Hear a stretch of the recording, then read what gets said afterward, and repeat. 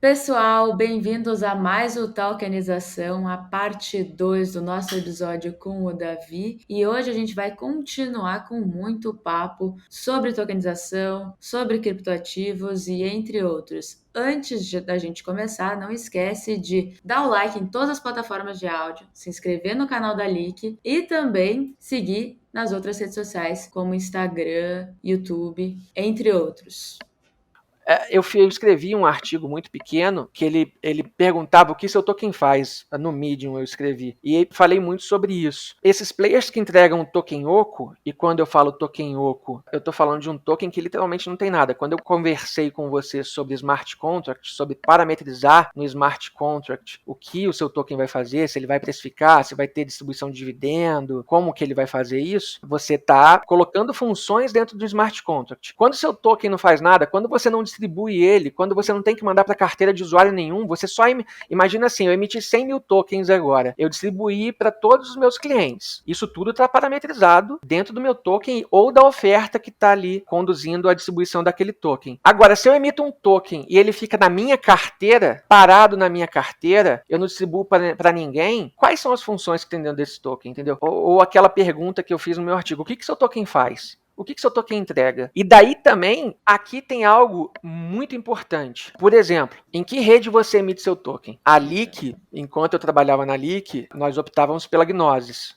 Tá, que é uma sidechain enorme dentro do Ethereum, muito conhecida. Mas por que nós fazemos isso? Só para você ter uma noção do que eu estou falando sobre smart contract, sobre token oco, enfim, para a gente amarrar isso tudo. Um smart contract, ou seja, um token da Leak de antecipação de recebíveis que era emitido na Gnosis, ele custava mais ou menos 40 e poucos centavos, se eu não me engano. Era bem barato. E aí pensa o seguinte, cada vez que esse smart contract que tem uma função chamada, ou seja, se eu vou pagar um dividendo, eu vou ter débito ali. Cada vez que o meu smart contract roda, eu tenho um débito nele, entendeu? Então assim, por isso a Gnosis, por isso que você tem o Ethereum hoje em dia com essa explosão de Layer 2. Agora, por exemplo, tem a Arbitrum, que é a Layer 2 do momento. Então, por que isso? Para escalar o Ethereum. Por quê? Se a Leak fosse emitir um token equivalente com todas as funções que nós emitimos na Gnosis no Ethereum, na mainnet do Ethereum, esse token ia custar $400. $400 para emitir um token. Fora as vezes que rodasse algum tipo de pagamento. Então vamos lá, só para voltar, eu falei 40 centavos para $400. Essa é a diferença. Por quê? O token que nós emitimos tem N funções, tem N funcionalidades. Podem entender assim para ficar mais fácil. Ele faz várias coisas. Tem várias coisas programadas dentro dele para acontecer em determinado momento. Agora, você tem também concorrentes, que eu sei, que emitem token na mainnet do Ethereum. Ah, mas isso quer dizer alguma coisa? Não, para mim não. Para mim não quer dizer nada. Para mim é só um comprovante de que o token não faz nada. Por quê? Ele não vai pagar muito caro. Se ele falar que $400, com perdão da expressão, é dinheiro de pinga, pode até ser que seja mesmo para ele, mas não é o ideal. E eu tenho certeza que o custo vai ser bem menor porque o token tem menos funções. O token não contempla todas as funções que a gente está conversando aqui, entendeu? Então o custo vai ser menor, não vai ter distribuição para várias carteiras, não vai ter pagamento de dividendos, não vai ficar debitando direto. Então é cômodo, assim é fácil.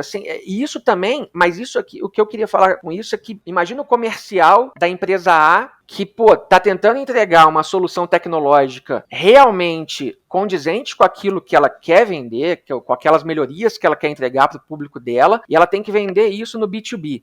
Ela tem que explicar por que ela escolheu aquela sidechain, que, para você explicar para um cara que não tem conhecimento, por que você está fazendo na Gnosis ao invés da mainnet do Ethereum, pode parecer óbvio falar de preço, mas não é, entendeu? O cara não vai, não, mas, vamos fazer. Aí você tem a empresa B que emite tudo no Ethereum. Aí ele vai conversar com o mesmo cara. Ah, mas olha só, eu falei com fulano de tal, ele falou que queria emitir numa sidechain aí, que eu nem sei o nome, mas eu queria emitir no Ethereum. Você emite no Ethereum? Lógico que eu emito no Ethereum. Eu emito no Ethereum pra você. Então, meu ponto aqui eu acredito que realmente, não tô falando que fazem por má vontade, má intenção, enfim, mas eu acredito que falta, assim, uma responsabilidade, uma transparência, o que eu tô emitindo, por que eu tô Porque emitindo. quando a gente fala de chains, assim, né, a pessoa fala de Ethereum, soa mais seguro, né, porque ainda é muito desconhecido, ainda é muito difícil a gente entender realmente como funciona de fato.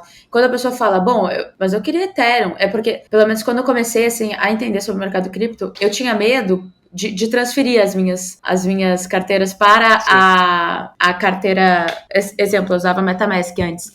Eu tinha medo de transferir, tipo, em qualquer outra chain que não fosse Ethereum ou Bitcoin, assim, porque eu ficava tipo, não, mas isso vai se perder, o que acontece? E como é que uma pessoa sabe, assim, que a Gnosis, por exemplo, ela tem essa segurança, assim como o Ethereum? Assim, tem coisas que você pode fazer. Na verdade, é verificar. A primeira coisa que você pode fazer é verificar a adoção daquela rede. Né? Você pode pegar, por exemplo, é que aí vão ser coisas mais específicas, mas você pode procurar por volume de transação naquela rede. Você pode ir no DeFi Llama, que é específico para DeFi, mas você pode ver, pô, quanto que é o TVL, né, que é o Total Value Locked, que é uma métrica muito importante para o DeFi, que é quanto você tem travado naquela rede. Então, pô, quanto que tem nessa side? Pô, é expressiva? Não é? Vale a pena? Não vale? Mas no fim das contas, esse aqui é o ponto. Você vai acabar confiando mesmo, você vai acabar, aí vai ser uma decisão sua, lógico, no fim das contas, de tipo, pô, eu como empresa quero fazer isso? Quero. É importante para minha empresa participar desse novo mercado? Eu quero. Que tipo de experiência eu quero ter? Eu quero ter uma experiência completa e imersiva nessa tecnologia, eu quero entender como ela funciona, ou não? Eu só estou procurando, por exemplo, para uma empresa de recebível, eu só estou procurando alguém que vá me dar um funding aqui mais barato do que o banco, por exemplo. Eu vou conseguir vender para ele em melhor condições o recebível que eu tenho do que para um banco. Esse aqui é o ponto, entende? O regulador, se ele é muito omisso, ou se ele não cobra, pelo menos coisas que eu acho relevantes referente à tecnologia nesse caso, que eu nem sei, na verdade, se ele poderia cobrar isso, mas se ele não faz uma vista grossa cobrando algo de todas as empresas, cobrando uma igualdade de serviços de todas as empresas, ele acaba criando um desequilíbrio ali no mercado, entendeu? Porque não faz sentido nenhum você, pô, se eu que vendo o meu crédito para o banco, quero só vender esse crédito melhor para alguém, o que o regulador está permitindo é que entre no mercado não uma tokenizadora, mas um cara que vai fazer uma antecipação de recebível. É o que você está fazendo basicamente, entendeu? Você está mudando meio que o escopo da coisa ali no meio do caminho. Pelo menos é assim que eu enxergo, tá, Bruna? Isso pode, de repente, soar muito extremo, mas eu enxergo bem assim, tá? E isso se aplica, não sei se você quer perguntar alguma coisa, Bruna, mas eu lembrei agora aqui de uma debênture, por exemplo. Tem debêntures emitidas. Tudo bem, eu fui olhar o registro de emissão da debênture, é a mesma coisa que um registro antigo. Não mudou nada. Então, assim, o meu ponto é, mudou, tudo bem. Fizeram uma menção à tecnologia DLT, tá, no registro da emissão da debênture. Não foi mencionado em momento algum em qual rede aquilo estava sendo emitido. Falaram sim que era uma rede privada, só isso, não falaram qual rede privada. Não deram nenhum endereço de contrato do ativo, não deram sequer ticker da debenture, e assim, eu posso falar tranquilamente, porque eu já analisei muito esses documentos, eu olhei o documento inteiro. Então, o meu ponto é aquilo, a gente, voltando alguns passos, a gente perde muito aquele ethos cripto de tipo, cara, agora as coisas são transparentes. Mercado financeiro, se você quer se valer disso aqui, se você quer usar isso, ok, use. Mas, pô, mantenha isso, entendeu? Sem zona cinzenta. Eu não quero confiar no emissor de uma debenture. Tá numa blockchain privada e eu tô fazendo tudo. Beleza. Mas se você não for cotista, você não tem acesso mesmo. Esse aqui é o ponto. É esse nível de transparência que a gente espera, que a gente quer, ou que o regulador quer. Não sei. Eu acho que vale a provocação, pelo menos. Sim, sim. No caso, é uma pergunta que eu acabei pulando e esquecendo de pedir tua opinião, né? O token, então, ele funciona como uma interface para a operação. Você também enxerga isso? Como que funciona, ao seu ver? Enxergo. Na verdade, o token aqui, nesse ponto de uma interface para operação, e se você pensar bem, uma interface muito, muito simplificada e muito mais user-friendly para o usuário final, é só um nome. O nome que você vai dar para essa interface, tanto faz. Mas eu concordo 100%. É muito mais simples, é muito mais prático. E aqui eu incorro no risco de ser repetitivo e falar da Leak, mas eu sei, por exemplo, que a Leak foi um projeto que eu deixei rodando já. A Leak estava pegando informação direto do blockchain. Esse aqui é o ponto. Pode parecer um negócio banal, né? Pô, mas, Davi, eles fazem tokenização. O mercado Bitcoin faz tokenização. O outro fulano de tal faz tokenização. Todo mundo faz isso. Duvido. Duvido. Me mostra que faz. não faz. Tem um projeto fabuloso no Ethereum que chama, não só no Ethereum, que chama Dune Analytics, Dune, D-U-N-E. Esse projeto, ele consiste no quê? Ele é um lugar onde você pode ir lá e fazer a query que você quiser no ambiente Ethereum ou em redes EVM. Você pode fazer a query que você quiser sobre o projeto que você quiser, desde que ele seja DeFi, é lógico, você não vai procurar algo centralizado lá, mas é para você conseguir olhar em tempo real as métricas de determinado projeto que você queira acompanhar. Então isso é muito fora da curva. E a Leak já disponibilizava isso tanto para o buy-side, e eu acredito que ia ser implementado, quando eu digo buy-side, desculpa, eu estou falando do cliente corporativo, do B2B. Para o cliente final, eu não sei se já estava em andamento, se ia, mas eu já tinha mostrado para o responsável por essa área da Leak, e ele tinha achado o máximo, porque a coisa anda em real time, entendeu, Bruno? É assim, por exemplo, uma oferta, uma emissão, eu coloquei, e aí vem essa parte da interface que você está falando. Eu estou vendo exatamente como que está andando aquela oferta. Eu não tenho que esperar liquidar na B3 para virar o dia, para me mandar um relatório para eu olhar quanto que falta vender, entendeu? Ou eu não tenho que contar que o cara no banco gigante tal, que tá fazendo um IPO, que no fim das contas é a emissão de um ativo ali também, que ele vai fazer a distribuição certinha no Excel, que ele não vai fazer nada errado. Ah, Davi, mas espera aí, pô, você tá bancão fazendo distribuição de IPO Excel? Eu vou contar um segredo aqui. Ano passado eu fiz essa distribuição do IPO para gringo em um banco enorme do Brasil no Excel, e eu errei. Eu tive que chorar para B3 para mudar a distribuição. Então, assim, eu não tô falando, esse aqui é o ponto. Podem falar o que quiser, quem estiver assistindo, os ouvintes, embora acho que não tenha motivo, mas podem falar o que quiser. Só não vai falar, putz, esse cara tá viajando, tá falando coisa sem motivo, porque eu tô falando aqui, eu vivi na pele. Então, é basicamente isso. Você não tem isso no blockchain e às vezes, infelizmente, você não tem nem a distribuição no blockchain. E é isso, são coisas, Bruno, que eu acho que vale muito a pena destacar. Aí, voltando para essa parte da interface, então é isso, é muito mais simples realmente, com token, tendo dados em real time, você não tem isso no mercado tradicional, não tem mesmo. Outra coisa que eu acho, transparência, né, nas informações. Isso. Outro ponto que eu acho que vale a pena falar disso, que você me perguntou também, porque é uma pergunta muito importante. Zona cinzenta, o que você tem que você acha que não é bacana. Não é que eu não acho que é bacana, tá? Mas também tokenização de ativos de real estate. Hard assets, eles são muito mais difíceis de tokenizar. De novo, se você quiser tokenizar, na falta de uma expressão melhor, nas coxas, de qualquer maneira, fazer só um token oco e deixar ele lá paradão, não distribuir, não fazer nada, ok. Mas colocar, parametrizar tudo que um ativo, um hard asset, né, considerado, ele tem que ter, ele tem que levar em consideração, é muito mais difícil, é muito mais trabalhoso. E aqui eu não estou falando que não fazem, tá? Eu só estou falando que, assim, é muito mais penoso, é muito mais complicado. Enfim, também não tenho conhecimento a fundo de projetos nacionais nessa área, eu sei que tem empresas fazendo muito trabalho nessa área também, mas é mais complicado, né? Tudo vale, exatamente, vale deixar o ponto aqui. Tudo que vai para o físico acaba sempre ficando mais complicado, né? E até para a gente mudar um pouco a rota e falar um pouco do que está acontecendo hoje no Brasil, como que tu enxerga a movimentação de reguladores como a CVM, Banco Central, em relação à tokenização e até justamente puxando para o real digital, né? Tá, a CVM é muito aquilo que eu falei antes sobre regulador, era bem para a CVM, assim, eu tive algumas conversas com a CVM quando eu estava na SL Tools. Sendo muito honesto, eles foram sempre muito atenciosos e muito pro-business, assim, porque na SL Tools eu também tinha essa intenção de melhorar o mercado, né, porque o meu aluguel, ele era eletrônico versus um aluguel que não era eletrônico, que é o da B3, então, às vezes, a gente achava que estava tendo corpo mole da B3 para uma coisa ou outra, enfim, coisas que a gente discordava ali, que é normal desse tipo de empreitada. Então, sempre que nós precisamos falar com a CVM me ajudou, a CVM foi pró-inovação. Só que o que eu acredito aqui é que realmente foge um pouco, no fim das contas, do que eles estão acostumados, né?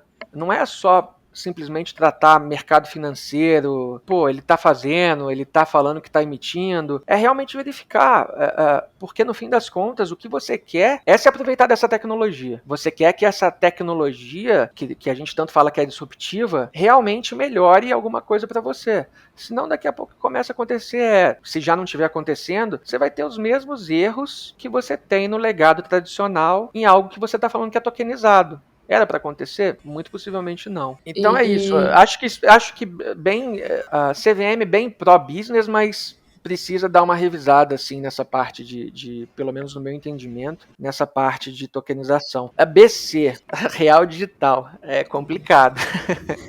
Tu acha que o real digital vai estimular o processo de tokenização no mercado como um todo? Esse é um assunto muito delicado, né? Olha, sendo muito honesto, assim, vou analisar objetivamente. Você tem, teoricamente pelo menos, 3 arcabouços de design para CBDC quando você fala varejo. Não estou falando de wholesale, não estou falando de atacado. Tá? Não estou falando de Banco Central emitindo CBDC para bancos comerciais. Não estou falando disso. Estou falando de emissão para varejo. CBDC seria o token real digital? Exato. Central Bank Digital Currency. Desculpa. Chique. Entendi. Mas o meu ponto aqui é esse, porque no fim das contas, e aqui também eu já começo a identificar algumas coisas, mas vamos lá, para eu não atropelar, né, o burro com a carroça. Você tem 3 arcabouços principais quando você está lidando com a emissão de moeda do Banco Central para o varejo. Você tem o CBDC que eles chamam de direto, você tem o CBDC indireto e você tem o CBDC híbrido. São as 3 possibilidades, pelo menos em teoria, conhecidas até hoje, tá? Tá, Davi, me fala aí o que são essas 3. Beleza. CBDC direto, que seria, a gente pode aqui para simplificar, falar de real digital direto. Ele seria, o que isso quer dizer? O que isso quer dizer é que o Banco Central vai tomar conta de tudo. A gente está falando aqui de desintermediação de bancos comerciais. Quando eu digo cuidar de tudo, eu estou falando que o Banco Central vai ser responsável pelo varejo, inclusive. O varejo passa a ser responsabilidade do Banco Central. Inclusive, no nosso bate-papo antes de começar aqui... Nos bastidores, isso, ali no backstage, esse era o único ponto que eu acho defensável e que com certeza não vai rolar. A próxima modalidade seria a híbrida. A modalidade híbrida é o seguinte, o banco, eu vou chamar de intermediário, tá? Porque em teoria são intermediários, não só bancos comerciais. Os bancos comerciais ou intermediários, eles fariam Know Your Client e as transações para o varejo. Só que no fim das contas, o liability continua sendo o Banco Central. O Banco Central, ele meio que fica gerenciando todo mundo. Aí, periodicamente, ele vai colher informações do varejo com os intermediários, tá? Então, você tem esse escopo de projeto também. E, no fim das contas, você tem o CBDC indireto, que o CBDC indireto é o seguinte, o Banco Central levanta a mão e fala, o meu problema são os intermediários. Eu falo só com banco comercial. Banco comercial, você cuida do varejo. Eu não quero saber disso. Qual que você acha que o Brasil escolheu? Até agora, pelo menos, por tudo que eu li. A última. E aqui tem uma coisa muito grave, tá? Eles escolheram a última sim, por mais que queiram falar, não, você não tá entendendo, não é isso sim.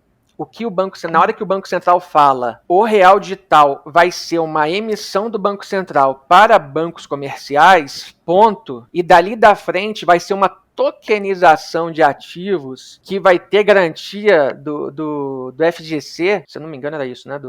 Vai ter uma garantia ali, enfim, capenga no fim das contas. O que ele está falando basicamente é, olha, aqui vai ter esse ativo sendo emitido e eu vou controlar só os intermediários e dos intermediários adiante eu não quero saber o que vai ser feito. Só que aqui é uma posição muito cômoda para o Banco Central, ao meu ver, sendo muito honesto. Fala que é pró, que quer inovar e largar de mão ali. Para mim, o único ponto que seria defensável na adoção ou em uma possível adoção de uma CBDC é aquilo que eu falei antes. Eu não me importaria de pegar todos os trade-offs imagináveis que eu acredito que existam na adoção de uma CBDC, se você me falasse que ia rolar desintermediação total, ou que pelo menos esse é o plano para não sei quantos anos, entendeu? É isso que falta transparência. Eu não sei se eles querem isso. Para mim, eles não querem. Ninguém tocou nesse assunto. Então, para mim, não tem um plano de lá na frente ter uma desintermediação total de bancos comerciais, certo? Então, se eu parto desse pressuposto, mas Davi, por que isso é tão importante? importante, inclusão financeira. Inclusive, a matéria do Valor que eu li começa falando que esse é um plano do Banco Central, não sei se é um grupo de estudo ou um grupo de tarefa, enfim, é um plano de inclusão financeira. Mas que inclusão financeira? Que inclusão financeira você tem se você vai deixar o cara que já é excluído, você vai dar mais poder ainda para os bancos comerciais? Que inclusão financeira que você vai fazer com isso? Então, assim, esse é um ponto. Eu tenho medo só de me estender muito nas análises, Bruna, mas eu tenho muita coisa para falar aqui, se você...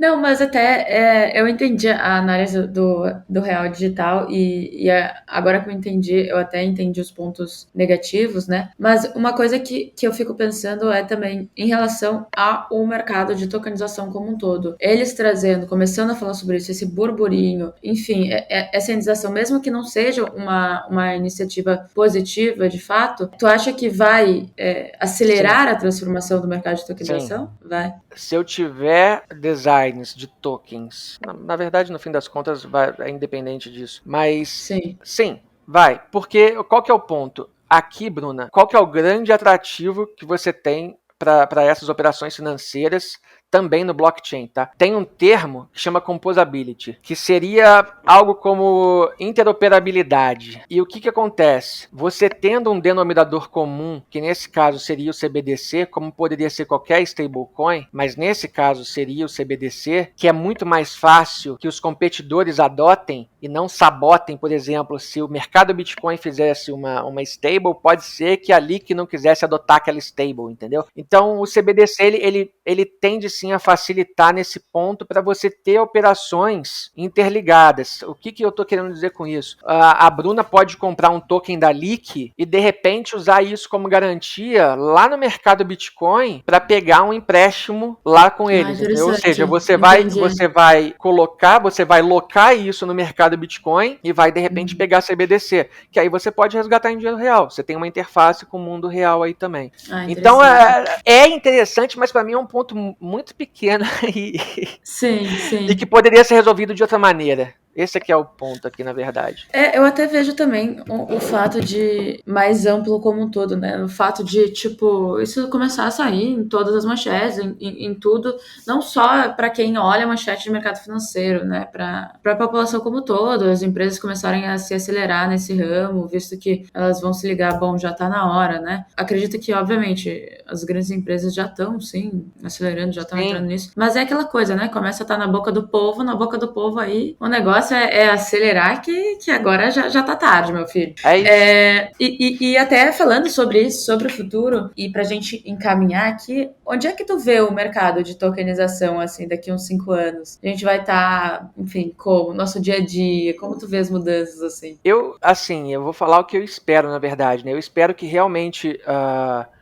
eu esteja muito errado sobre muita coisa que eu falei aqui, e as empresas realmente trabalhem para melhorar o que você tem, o que você entrega, o valor que você entrega para os seus clientes. Porque, de fato, isso acontecendo, Bruno, é aquilo que eu falei. A gente falou aqui do token de seguro paramétrico, você tem o supply chain. Então, por exemplo, você tem a Solange Gueiros, que é uma brasileira que trabalha na Chainlink. Cara, eu acho um absurdo as pessoas, né, as empresas não se aproveitarem de um contato como esse, de um conhecimento como esse, porque ela é um oráculo em si, né? Ela é um negócio surreal que essa mulher sabe sobre blockchain, sobre Solange Gueiros. Gueiros, tá. Ela é sensacional. Não é o oráculo que a gente falou, gente. É um oráculo não, exato. Ela é um poço de conhecimento e assim, a gente não tem nada desenvolvido. Pra nada, entendeu? Então, por exemplo, até mesmo, é o que eu estava falando aqui, supply chain, você tem coisas para colocar, levar isso para o campo. As possibilidades da tokenização, eu não quero correr o risco de cair no lugar comum, mas elas são realmente infinitas. Cabe como você analisa. Isso cabe pro meu negócio? Faz sentido eu aplicar aqui? Eu tenho ganho com isso? De preferência que esse ganho não seja aquele ganho de eu vou conseguir um preço mais em conta aqui e tal. que seja um ganho a longo prazo, que vai deixar seu negócio mais robusto, que vá realmente melhorar, de repente, até aquele setor econômico que você está inserido, né? Sim, até os bastidores aqui não se tornaram que temos um episódio com a Solange. Então, quem tá Ah, é aí verdade, ó. e tá nos escutando, já depois que a gente finalizar aqui, já vai lá pro episódio, já começa a escutar para ouvir, entender mais, né? Absorver essas informações da palavra que eu amei, oráculo, aqui. E até, Davi, agora para a gente finalizar, onde que as pessoas conseguem ter mais informações, assim, se vai ser para te chamar para palestra, se vai ser para ver, enfim, artigos que você publica, onde que as pessoas conseguem ver? A verdade é que, assim, eu não tenho publicado tanta coisa, porque eu tenho, na verdade, eu tô muito ativo, na verdade, no Twitter, porque ninguém sabe que sou eu, então eu tô tweetando, falando um monte de... E tô tweetando muito em inglês também, então, pra entrar em Qual que contato é? com o Davi, é o LinkedIn. Não, pode só falar, pode É Davi falar. Leal. Davi Leal no LinkedIn. É só E procurar no por Davi Twitter Leal, aí sou eu. no Ah, não, no Twitter não. Deixa eu continuar. Anonymous. Deixa eu Tá continuar bom. anônimo por enquanto, depois eu... Não, não é Twitter Twitter, secreto, não. Não, não é olha os secreto. bastidores aí, ó. Twitter secreto. Depois eu abro. Vamos fazer o seguinte: me chama para falar de CBDC e daí Vamos. eu abro o Twitter depois. Então, Para o todo pessoal mundo. da audiência, convidando vocês primeiro para seguir ali o Davi no LinkedIn, segundo para assistir o episódio 022 de tokenização, que é o da Solange, e terceiro para o nosso próximo episódio aqui, que a gente vai fazer um episódio só falando de CBDC. CB. CBDC, CBDC. CBDC, Central Bank Digital Digital Currency. Currency. Ok, Isso. ok. Tá. E vamos ter mais um episódio com vídeo ao vivo. E também não esquecer aí, pessoal, de deixar seu like aqui nas plataformas de áudio, se inscrever no canal da Leak, seguir em todas as redes sociais, Instagram, que é LeakBR, YouTube, se inscrever no canal aqui e Spotify, enfim, tudo. O Twitter do Davi a gente não vai revelar, quem sabe no próximo ele No decide aí. próximo eu revelo no próximo. Então no próximo ele vai revelar. Prometido. Davi, tem alguma coisa que tu queira falar de recado final aí para o pessoal? Não, queria deixar aí um abraço para todo mundo que acompanha. Eu sei que os ouvintes desse podcast são bem fiéis e eu acredito muito que isso é um plano que a Leak já tinha, de fazer um academy, de passar informação de valor para os usuários, e eu apoio muito como uma entrada, assim, uma porta de entrada para conhecimento, para a própria empresa, que é... Enfim, as pessoas são maravilhosas e é isso. E, galera, sempre fazendo sua própria pesquisa. É aquele do your own research, sempre. Não ouçam, tem esse projeto maravilhoso, eu vou fazer. Cara, esquece. Vai ler um white paper, vai entender, vai olhar o roadmap, vai ver como a coisa funciona, vai ver quem está por trás do projeto, quem apoia o projeto e vamos tokenizar. Vamos nos despedir aqui de vocês. Muito obrigada a todos que nos escutaram até o final. Muito obrigada, Davi, por aceitar o nosso convite. E fica aí já também o convite para o próximo. Tchau, tchau, gente. Até o próximo Talkenização. Tchau, gente. Muito obrigado.